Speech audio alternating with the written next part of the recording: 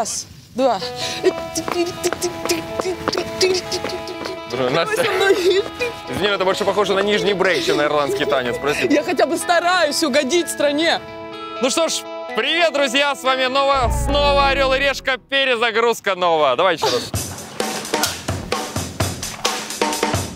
Это необычный выпуск «Орла и Решки». Боже, так орет на меня. Предпоследний дубль. Все, не трындим в кадре. Это спецпроект «Орел и Решка неизданное». Че кого, йо? Мы покажем все, что не попало в монтаж официальных версий. Ты хочешь быть ведущей «Орла и Решки»? Орел и Решка, работа мечты. Все, что осталось за кадром. Все, что было вырезано цензурой. Секунду. Вам 45 минут чистого эксклюзива. Иногда даже люди с золотой картой не чураются работы по уборке. Да.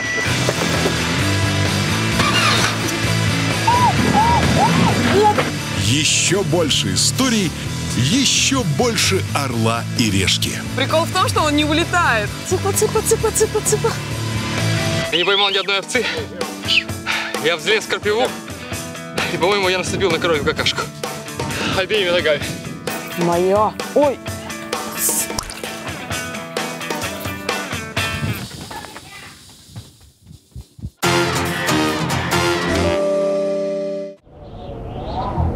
Вот и прошел сезон «Орел и Решка. Перезагрузка». Это был самый опасный, самый волнующий, самый брутальный сезон «Орла и Решки». Сурикаты атакуют нашего оператора. Если бы... Саша, беги, беги, Саша, беги. Сезон недетских развлечений и душевных признаний. Боже, птушки. Я тебя люблю. Впереди у нас два самых смешных выпуска сезона.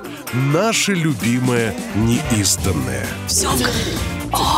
Мы отобрали все самое веселое-превеселое. Я ими управляю уже, смотри. Самое романтичное-приромантичное. Самое вкусное-привкусное. Одним словом, все самое интересное, что происходило за кадром. Запомните это, увидите, так и будет. Помните, в прошлом неизданном мы рассказывали, как непросто начинался сезон перезагрузки. Ведущие были еще совсем зеленые, Very beautiful. не умели говорить, Congratulations, your повар. ходить, Сексуальная женщина входит в кадр. одеваться. Антоха, я тебя прошу, завязывай с этим стилем очкарика. Давай, выбрасывай их вот прямо сейчас и пошли покупать тебе линзы. Да что там, Антон не умел даже монетку подбрасывать.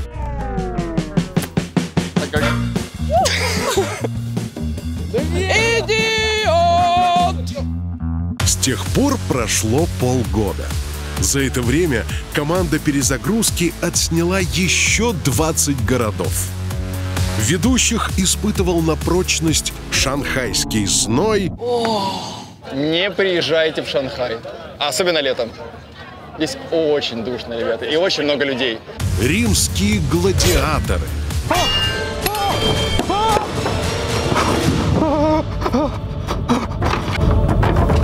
доставалось нашим ведущим и от вас, дорогие зрители. Но под конец сезона мы начали замечать что-то странное. Вдруг наши ведущие из юных птенчиков превратились в настоящих орлов и решек. Поэтому в конце сезона мы хотели похвастаться и рассказать о наших успехах. Посмотрим, как ты с 15-го раза будешь подбрасывать монетку. Во-первых, случилось чудо, которого так долго ждали наши операторы. Бросил? Можно? Да. Деточка, смотри и учись. Орел. Решка. Антон научился ловить монетку. Научили на свою голову. Настя тоже стала радовать, перестала носить удобное и стала носить красивое. Красиво. Ну, конечно. На мне все красиво. Молча я попросила. В Барселоне случилось еще одно чудо. Антон поборол страх высоты.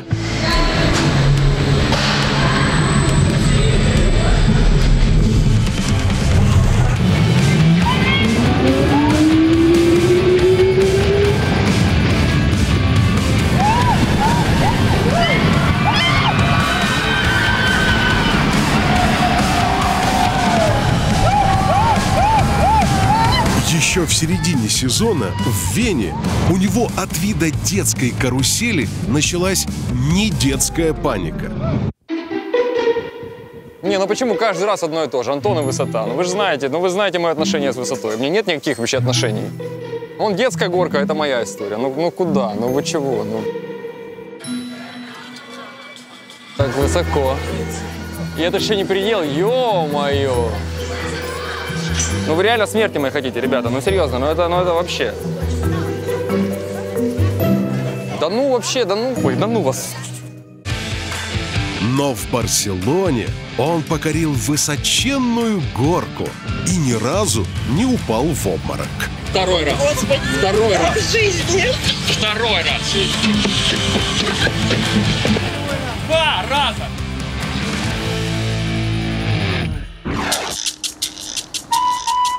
Думаете, ходить на каблуках – это самое сложное испытание, с которым справилась Настя? За время перезагрузки Настя получила права и стала полноценным водителем. Вот она, моя красотка! Конечно, ей не сразу все удалось. Ребята, это механика. Ё-моё, это же там такие манипуляции нужно делать. Ну его. А почему она поехала? Я даже не успела никуда нажать. Это нормально вообще? Она передача стоит. На какой? А куда надо поставить, чтобы она не поехала на рэп? Нейтрально. А тут нет нейтральной. Но Настю было не остановить. Ну, как говорится, Бог в помощь.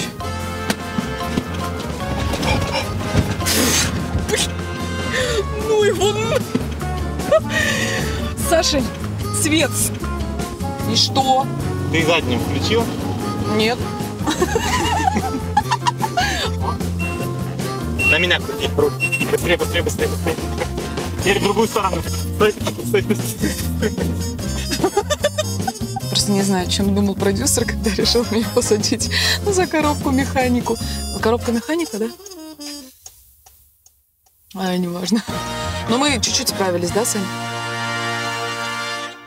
Правда, осталась у нее еще одна непокоренная вершина. Я на английском языке читаю подводку. Thank you, Gold Card, за this beautiful view. Бедный Энтони live in cheapest hotel with different 10 people. City in fire. Good night, people. Good night, Энтони. В каждом выпуске «Орел и решка. Неизданное» мы будем составлять рейтинги самого-самого.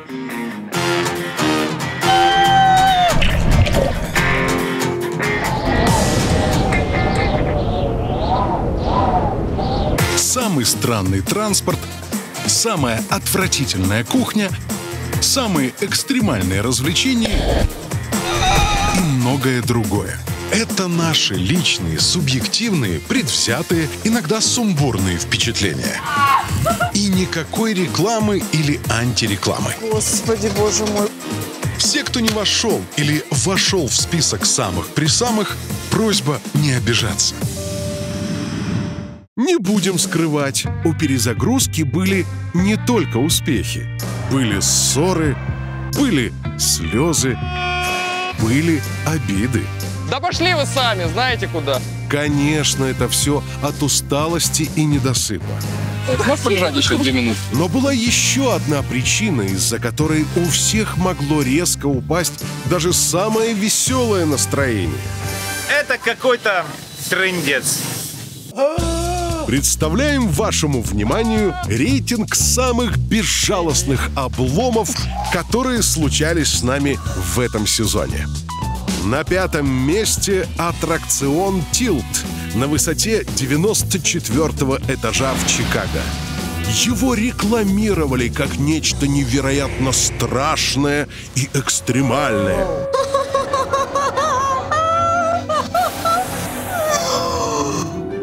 Мама мия, мамочка.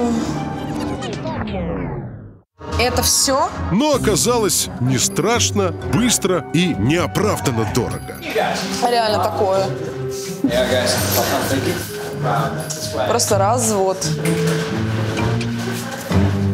Никакого адреналина. 4-е место и еще один невероятный аттракцион у Антона в Лос-Анджелесе. Полностью стеклянная горка на высоте 70-го этажа. Это было вообще 3 секунды, ни грамма вообще адреналина и минус $33.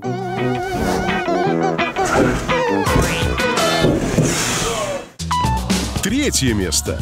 Печенье от невидимых монашек в Мадриде.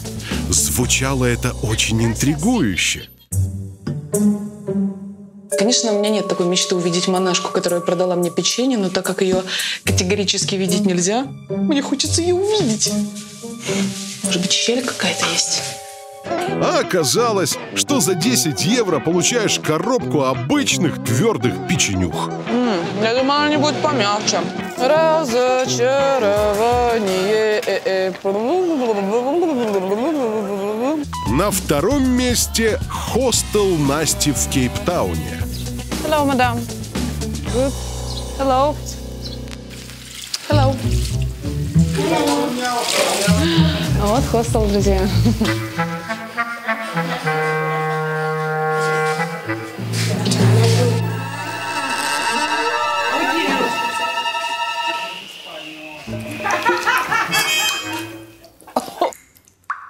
Мне очень-очень жаль сейчас, что камера не передает этот смрад просто, который здесь витает. Ребята, это такой запах, что, мне кажется, у меня все волосяные луковицы сгорели в носу сейчас, просто окислились.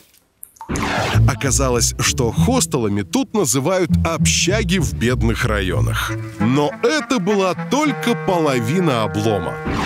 В нормальном хостеле Настю ждал еще один сюрприз. Композиция называется «Хлеб с трусами». Как говорится, где едим, там и трусы. Извините, но это не хостел, это свинарник. Мне кажется, в том хостеле, в котором я была до этого, гораздо чище и убранней, чем в этом, казалось бы, да, современном. И на 1-м месте обломище Насти в Лондоне. Ой, тут надо все с самого начала рассказывать. Внимание, сюжет, который будет вырезан. Собралась я, значит, сходить в Лондоне на главное туристическое развлечение – смену королевских гвардейцев. Толпы туристов с 11 утра караулят караул. Очень странно, но люди почему-то начинают расходиться, и хотя смена караула еще даже не началась.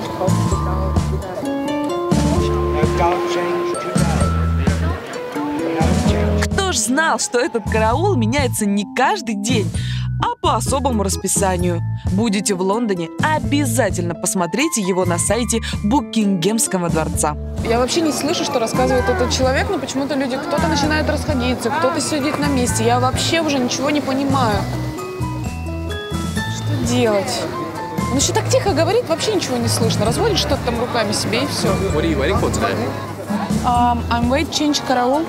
Oh, unfortunately they've cancelled that today. Not? Yes. Not today? No, it's not today. It's been cancelled. Why? I'm not sure, but we're not doing that today. Okay. Can I help you now? Oh, yes. I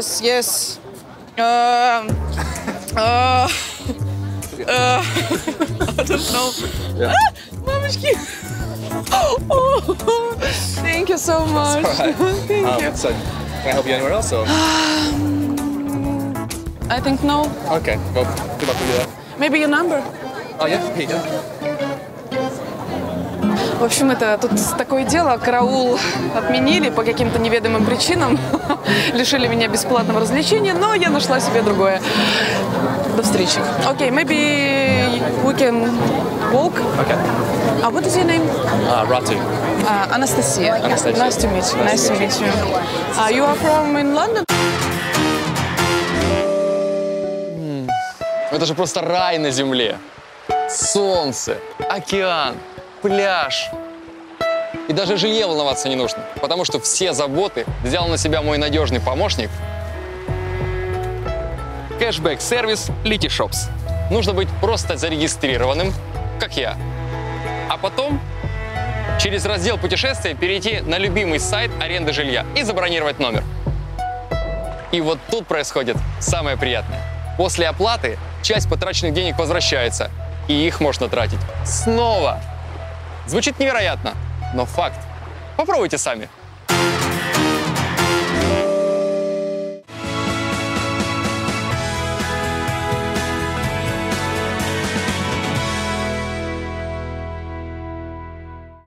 Доброе утро, друзья! С вами Орел и Решка Перезагрузка. Нет, не так, Антон. Леди и джентльмены, мы в славном королевстве Шапочном Мы в королевстве. славном королевстве Шотландия. Давайте сначала. А давайте-ка сначала. Давайте-ка сначала. я В боюсь. славном королевстве. 29-м мы перезагрузили Эдинбург. Ты понял, чувак, я не выкупил вообще. Они что, прикалываются, что ли? Я под распятием в натуре лежу. Давайте нам еще в церковь ехать. И в церковь еду, ребята, идите в поте. Не догоните. Взял кабриолет, открыл крышу и пошел дождь. В фестивале заняли почти все эфирное время, и один интересный сюжет мы вам не показали.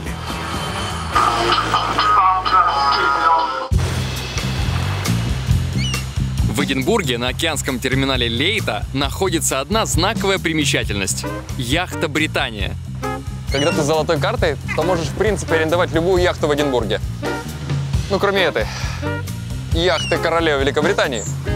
Зато можно взять по ней приватную экскурсию. Яхта «Британия» — это музей.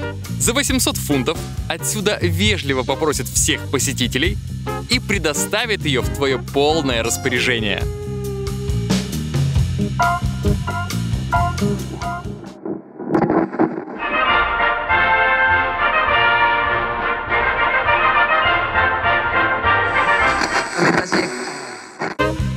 На яхте «Британия» королева Елизавета путешествовала по всему миру. Друзья, обычный вечер в королевской семье. Принцесса Диана играет на рояле, дети собирают пазл. Ну, а, собственно говоря, королева сидит здесь и греется у камина. Тут же принц Чарльз и принцесса Диана провели свой медовый месяц. А в этой столовой принимали крупнейших политиков от Джона Кеннеди до Бориса Ельцина. Королева очень любила играть в настольные игры. Вот пазл, скрабл и монополия. Ну, монополию сам Бог велел, как говорится. Знаете, вот ходишь по яхте и подозреваешь, что тебя дурят. Ну, сами посудите. Когда говорят «королевская яхта», представляешь себе каюты с персидскими коврами, золоченые иллюминаторы. Но здесь роскоши не больше, чем в районном ДК. Друзья, это не койка в хостеле. Это спальня королевы Елизаветы. Сейчас, я думаю, не то, что президент, ни один турист бы в круиз не поехал в такой спальне. А королева, пожалуйста, жила. Еще и вон фотографии расставила. Оно и понятно. Ведь раньше это была не яхта, а обычный плавучий госпиталь. Но Ее Величество все равно любила Британию так, будто это была ее старая добрая подруга. Королева, конечно, очень любила этот корабль. Ее, кстати, видели плачущей на публике всего лишь один раз в жизни. И это был тот момент, когда она навсегда покидала яхту «Британия». Что Че ты смотришь на меня, оператор? Чем мы еще можем похвастаться в этом сезоне, так это охапкой разных приколов с ведущими, которые в эфир часто не пропускает. Это пингвин из Шаолиня.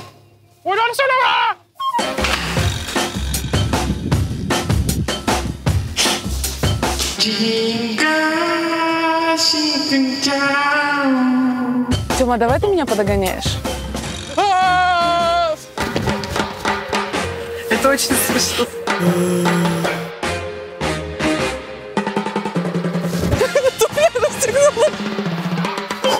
Но больше всего зрители любят смотреть на неудачные дубли ведущих. Орел и решковцы называют их Джеки Чанами. Здесь количество религиозных людей очень мало. Всего лишь 7% населения являются приверженцами той или иной религии. Однажды этот вот... Антон, съешь меня, съешь меня. С удовольствием. Ну а я хочу забежать буквально на минуточку. Давай. Ну что, хотите, вас удивлю немного? Одно из самых необычных зданий в Алматы. В Алматы, мы же в Астане. Офигеть! Я закрыла руку себе. Что, издеваетесь, что ли? Этот город смеется надо мной.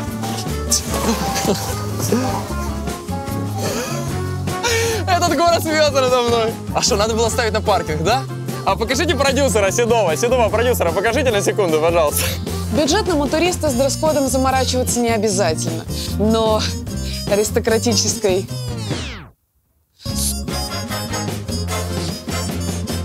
Аристократичной или аристократической? Что за подвод? Какой-то вопрос. Изнасилование моего языка, моего мозга, оператора и камеры. Просто насильничество. Но если ты аристократическая... Аристократическая. Все, сейчас все будет. Орел и решка – это работа мечты. Путешествия, развлечения, экзотика. И за все это еще и платят. Так думали и наши ведущие, пока сами не окунулись в работу мечты с головой. Подходи, открывай. Итак, посмотрите на типичный распорядок дня ведущего «Орла и решки». 3 часа утра. Подъем. Выезд на загородную локацию, ведь надо успеть снять сюжет до рассвета. 6 часов утра. Переезд на следующее место съемок. 7 утра. Утренняя зарядка. С 9 утра прогулки по солнечному городу. Сереж, можно мне куртку одеть? Нет, еще дубли. Сереж, ну не дождь идет, Серега. Нет. Ну, пожалуйста. 11:00. Снова переезд с места на место. А когда обед? Обед? Мы же будем вечером снимать куриную эту утку по-пекински. Стакан воды хватит, реально, действительно. В этом городе уже есть. Ужасные условия, если честно. Ребята, кто смотрит проект, просто вы не представляете, в каких условиях ужасных держит ведущих. Так, все. 12:30. Вытирание машины от голубиных ляпов. Oh, shit. It's shit, it's true. Час дня. У бедного ведущего обед в метро. Что, Саш, ну у нас бы в метро я себе такого не позволил, но я уже в шанхайском метро, тут все едят. А у богатого в дорогом отеле. Никто ничего не видел. В 14:00 легкое пищевое отравление. В Мехико было такое, что мы съели, он умирал, и сюжет не вошел. До сих пор мне это вспоминаю. 15:00 прыжок с телебашни.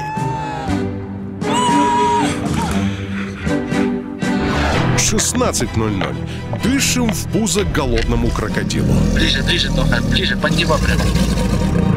С 5 до 9 вечера сидим неподвижно. Художник вписывает ведущего в картину. А, небольшая депиляция бровей. О! В 10 вечера ловим попутку под проливным дождем. И все это день за днем, неделями напролет. Шопинга не было уже 3 месяца, блин. Вообще режиссера развела на тапки, и то. Купишь мне тапки? Такой сумасшедший ритм откладывает отпечаток на психике наших ведущих. Рут! Ракел! Очень глубокий отпечаток. 100 лет назад я попала в старый отель. И там повстречала графа Голубя, который жил здесь со своими детьми, с графиней Голубихой, который сказал «Курлык-курлык, мадам». У них появляются воображаемые друзья. Hey, Anthony, eat me. Eat me. I'm so tasty, so tasty. Иногда у них даже развивается мания величия. Я сам написал сценарий сюжета. Я хочу, чтобы это было мистическое, романтическое, изысканно, шикарно, чтобы все на меня смотрели. Ты понял? Пойдем снимать. Вот такая вот она, сложная и выматывающая работа мечты. Только чай дают похлебать. И то. Будешь такое говорить, вообще паспорт свой никогда не увидишь, поняла?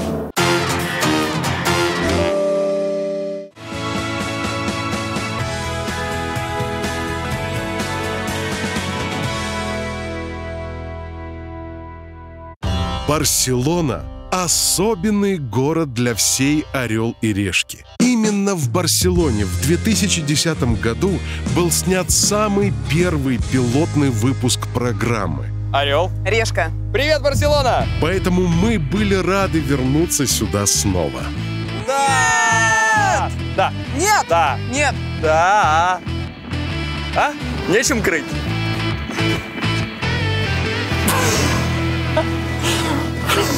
Некоторые зрители возмущались, мол, ну как можно было не рассказать о знаменитом архитекторе Гауди? Рассказываем и показываем. Барселоне повезло. Здесь родился один из самых смелых архитекторов в истории, который привнес немного безумия в правильный облик этого города. Барселона привлекает туристов не только морем, солнцем и фестивалями, но и творениями ее безумного архитектора Антонио Гауди. Да-да, именно Гауди. Сегодня все самые известные, самые яркие и самые фотографируемые здания Барселоны – его рук дело.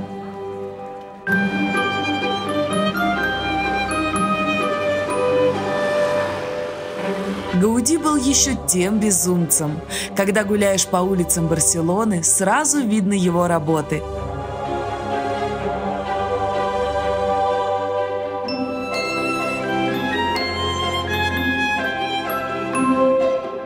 Дом Бальо. Этот дом настолько необычный, что у каждого с ним возникают свои ассоциации. Его называли драконом, падающим домом, человеческим черепом. Как по мне, он больше напоминает череп какого-то страшного, огромного морского обитателя. А вот последний жилой дом, созданный Антонио Гауди – дом Мила. Его особенность заключается в том, что в нем абсолютно нет острых углов. Изгибы напоминают волны, окованные балкончики, морскую пену. Гауди не признавал чертежи, избегал прямых линий и углов. Он уверял, что строить надо так, как строит сама природа.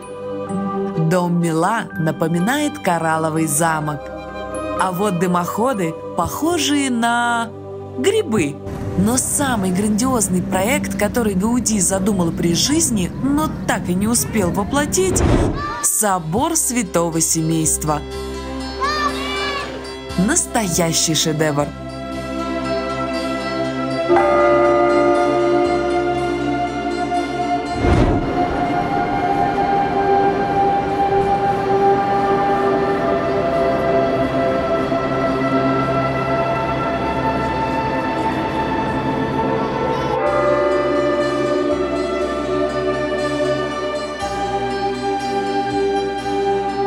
Шесть лет назад Жанна увидела лишь 4 шпиля, и уже тогда это было вау!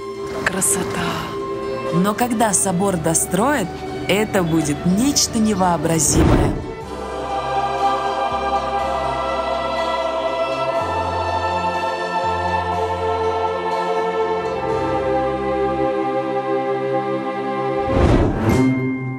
заведение Гауди – это не только очень красиво, но и очень прибыльно. С их помощью Барселона нехило срубает денег с туристов.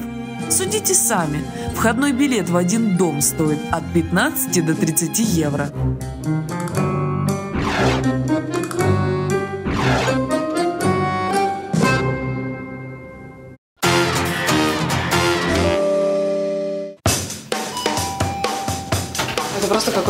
Это просто какой-то капец. «Орел и решка» — необыкновенное тревел-шоу. В нем и приключения. В нем есть и слезы. Это очень мерзко. И радость. Веселее. А еще в «Орле и решке» есть настоящее волшебство. $100 превратились в 85 евро. О! Нам очень нравится делать для зрителей маленькие чудеса. И сейчас расскажем, как же они делаются. В Мадриде фанатом можешь ты не быть, но на футбол сходить обязан. Вот так выглядело молниеносное переодевание Антона. Кто сегодня победит? Ясен пень, Реал Мадрид. А вот как это было в жизни. Пит-стоп, пит-стоп, пит-стоп. Куда ты лезешь? Это не так. Куда ты лезешь? Играет музыка из шоу Банихина. Так, выставляй руки свои. А где шапочка? Где кепочка? А, вот кепочка. Пожимай. Ради одной волшебной секунды в программе режиссеры и операторы всегда готовы немножко заморочиться. Технологии у нас как были 7 лет назад, так и остались. Помните, как в Пекине Настя буквально от сердца оторвала у Антона золотую карту? Прости, Антон, я не хотела тебя ударить. В программе всего секунда, а в жизни целая спецоперация. Камера, да? Можем. Ушла вообще из кадра. Понял. И потом забирает. Там больше. Там вот реально вот такой вот кадр, то есть Понял, буквально чуть-чуть. Можем. Еще меньше продвижение. Прям вот чух. Можем. Вот это было. Да? Вот это было. Все, друзья, это снято. Крупный план монетки. Это бедным. А богачи могут идти. В Риме древняя колесница превращалась в сегвей. Если бы я приехал в Рим, скажем, 2000 лет назад, я бы, конечно, себе взял колесницу. Ну да, ну вот такой вот. Но в наше время колесницы другие. О! Вот это супер! Гироскутер Pontific 6M. Убойная штука. Конечно же, на самом деле сегвей всегда был рядом. О! Вот это супер! Хотя и не всегда себя хорошо вел. Пришлось даже подпереть его камушком, чтобы не убегал. Да, теперь он на паркинге. Конечно, «Орел и решка» не претендует на «Оскар» за спецэффекты. Но согласитесь, иногда так хочется маленького чуда. Наших ведущих хлебом не корми, дай съесть какую-нибудь экзотическую мерзость. Сори? Дуриан. Дуриан? Дуриан. Наслышал. Так что сейчас отложите свои бутерброды, мы представляем наш любимый рейтинг «Топ самой шокирующей еды». На третьем месте жареная баранья голова в Кейптауне. Вкусняшка. Настя Ивлеева уже эксперт по бараньим головам. Она пробовала ее и в Астане, и в Стамбуле. Но то все были просто экзотические блюда. В Кейптауне Настя увидела настоящий трэш. Здесь мы можем видеть четкую хронологию приготовления головы барана. Здесь она свежая, далее голову опаливают, далее голову барана распиливают напополам и варят. Ну что, попробуем улыбаку на вкус? Давайте посмотрим, что здесь есть. Здесь, видимо, какие-то остатки мозга и какая-то глазная субстанция. Здесь зубы, какая-то шишечка.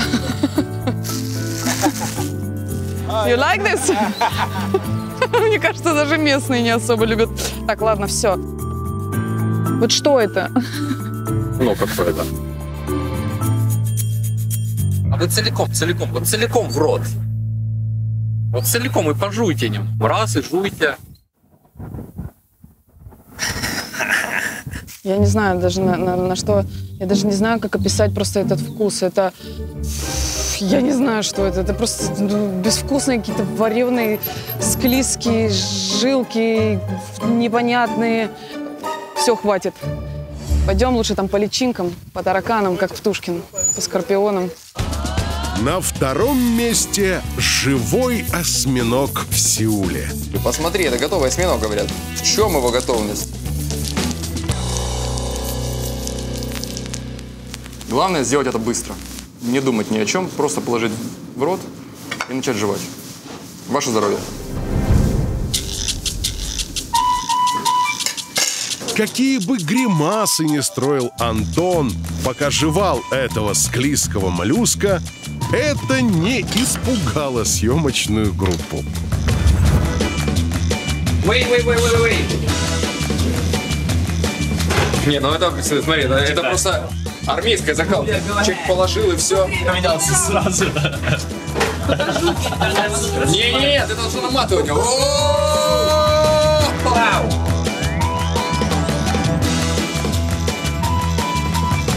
Я, на самом деле, настолько мне... Ну, это командная история. Вот ребята сказали, типа, чувак, ты сожрешь, и мы все сожрем. Осьминог, он как резиновый. Его жевали так долго, что чуть не опоздали на следующую съемку. Ну а на первом месте деликатес, поедание которого не попало в эфирную версию программы. Итак, Хо Ши Мин и местная вкусняшка. Ням-няшка! Итак, друзья, знаменитая Con Duong Do, знаменитый вьетнамский деликатес. Сам не знаю, что это, волнуюсь, но давайте посмотрим. Да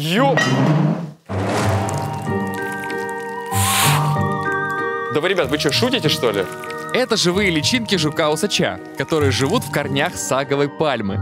И я так понимаю, что подсовывать личинок ведущему — любимый прикол съемочной группы. В кругосветке был Петя. О, Господи, что там? Нет! Отставить! Закройте это! Вот теперь и моя очередь пришла. Из Википедии я знаю, что эти личинки суперпитательные. Но, блин, когда ты их видишь в своей тарелке, они живые, они мерзкие, это... Вот сейчас я думаю, что осьминог был попроще все-таки. Единственное, друзья мои, что меня удовлетворяет во всем этом действии, то, что, я надеюсь, они кошерные.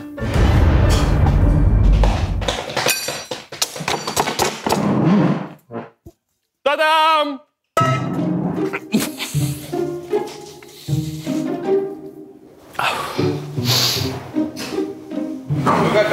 Ребята, я даже не могу сравнить это ни с чем, потому что в тот момент, когда ты ешь эту личинку, кладешь ее в рот, у тебя только одна мысль. Я ем чертову личинку. Когда ты ее раскусываешь, она чем-то выливается. Я старался думать, что это конфета с начинкой какой-то. Но у меня очень плохо получилось, честное слово. Казалось бы, все, но нет. Съемочной группе этого показалось мало. Говорят, Антон, ты как-то не раскрыл все оттенки вкуса личинки. Нужен еще дубль. Чтоб вы были здоровы. Да я съем, конечно, я съем.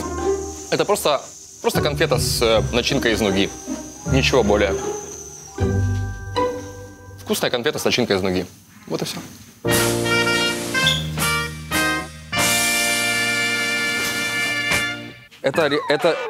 Осьминог вообще рядом не валялся. Это супер противно. Я не могу думать в этот момент. Я просто хочу ее побыстрее забыть об этом. Хочу просто прожевать ее и все. И закончить с этим недоразумением, понимаешь? Да какие чувства? Ты что? У меня личинка живая во рту. Какие у меня могут быть чувства? У меня чувство, что ко мне подселился гребаный жилец. Понимаешь? Квартирант. И мне нужно быстрее с ним совладать. Стоп. Все, снято. Снято. Ну, конечно. Чтобы посмотреть на поедание личинки, даже пришла бедная группа. Давай я тебя покормлю. Это похоже на маленькие... Пальцы. Да? Ну, согласись, похоже на пальцы. Потренируйся на моем мизинце. А она взорвется у меня во рту? Да. Надувается. Это будет маленький фейерверк, но он будет прикольный. Давай. А если меня стошнит? Не стошнит, не волнуйся. Она реально не такая противная.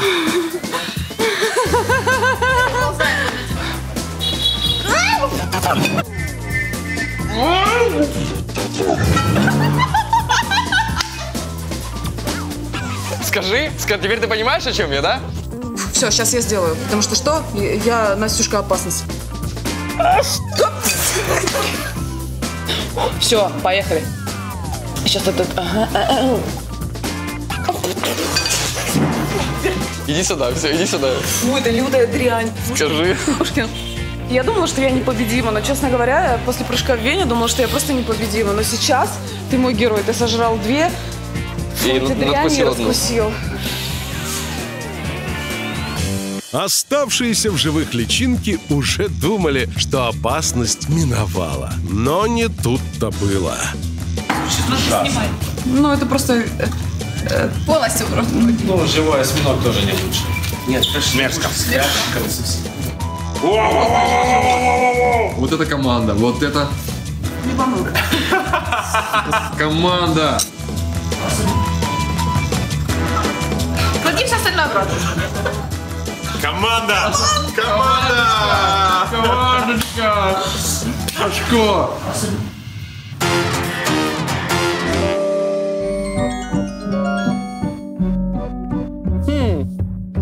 Слушайте, вот как приятно у меня начался день, а? Кэшбэк-сервис Letyshops только что вернул мне часть денег от оплаты за проживание. И так происходит каждый раз, когда я делаю покупки или оплачиваю услуги через этот сайт. На моем счету, кстати, уже накопилась кругленькая сумма. И это очень хорошо к Новому году. Потому что на эти деньги я как раз могу всем купить подарки. Что бы Насте такого подарить, а? Знаю. Есть.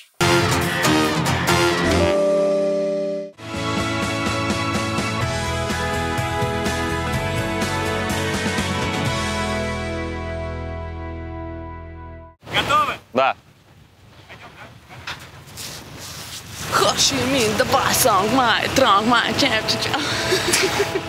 Привет, друзья! С вами Орел и Решка, и мы прилетели во Вьетнам. Сегодня мы, то есть я и девушка в костюме золотой карты, перезагружаем бурный, шумный, огромный Хошимин. Статично.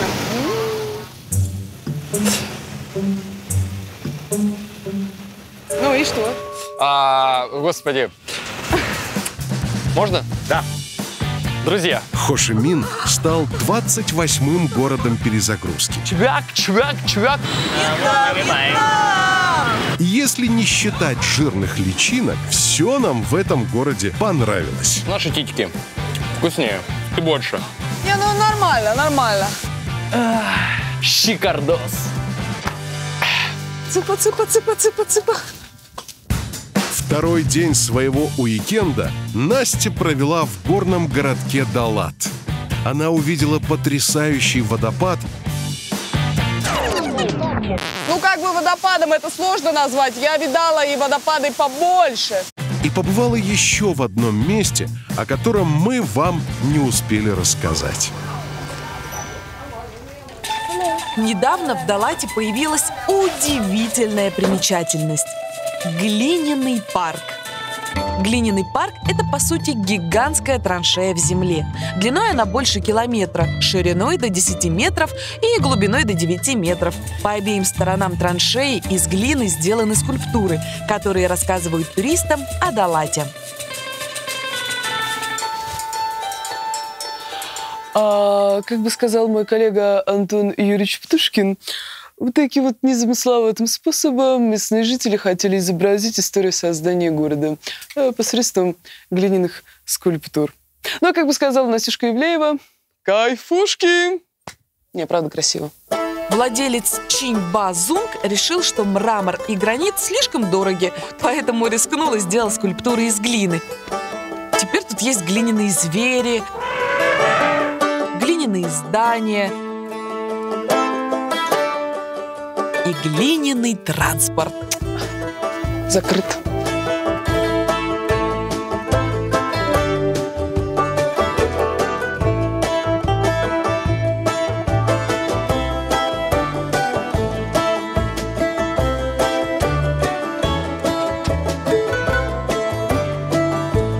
Такая махина, конечно, просто.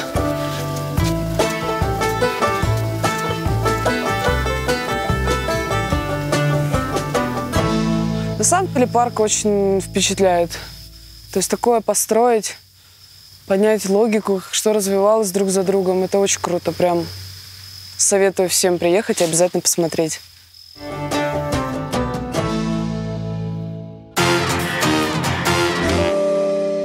Я люблю семечки, люблю пивасик. Я приехал на Моцарта, на оперу, на культурный отдых. Постоянные зрители уже поняли, что наши ведущие Антон и Настя очень разные персонажи.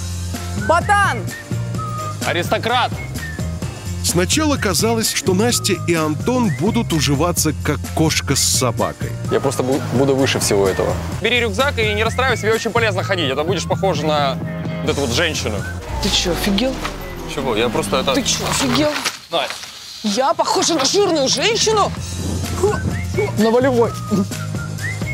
Ты максимум лох-несское чудовище. Когда ты был без очков, я такая, о, какой птушка сексуальный, надел очки и сразу так... Криворукий, кривоногий. Стоп. Вот ты сейчас снова начнешь занудствовать про Вену, пожалуйста, избавь меня от этих страданий. Вот мне совершенно неинтересно ничего про оперу, там, где Моцарт родился. Знаешь, вот мне интересно... Слушай, Настя, извини меня, пожалуйста, сейчас ты тоже начнешь, как обычно, клянчить свою золотую карту, поэтому и ты тоже меня избавь от страданий, орел. Решка. Но, как известно, от ненависти до любви...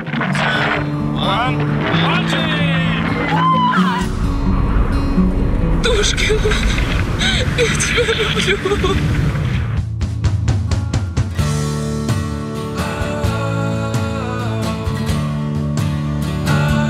Закат просто волшебный. Но, честно говоря, мне не хватает Антона.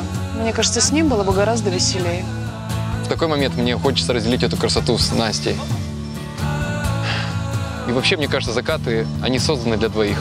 Вы такой красивый в жизни. Только ленивый не задавался вопросом, есть ли что-то между Антоном и Настей. Привет. Господи, Антон. Привет. Только хотела уже начать выкобениваться, что мужчины любят опаздывать. Ну как ты? Нормально. Лорд Тушкевич. Беднота ты моя красивая. Лорд Тушкевич. Тут Интимишвили немножечко запахло. Неужели у них все зашло так далеко?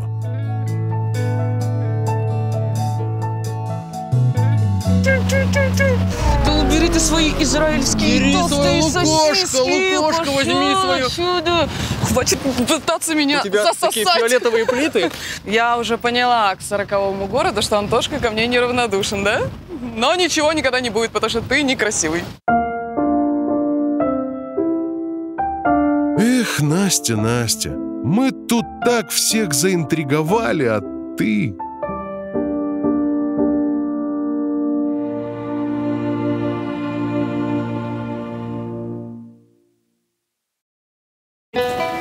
Что ждет Антона и Настю? Я не хочу на это смотреть, ей-богу. Какие города и страны им предстоит перезагрузить? Какие невероятные места встретятся на их пути? Какие удивительные приключения выпадут на их долю? Совсем скоро вы сами все увидите в новом сезоне «Орел и решка. Перезагрузка». Зато какая красота! Не успел я приехать. Это центр, да? Я боюсь. Я ухожу. Он меня пугает. Что? Я справился с этим заданием даже лучше, чем Андрей Бедняков. Они пукают. Они пукают. Чтоб я так жил на пенсии. Мы посмотрели, идем дальше. Карты для расплаты в общественном транспорте. Такого у нас еще в программе не было.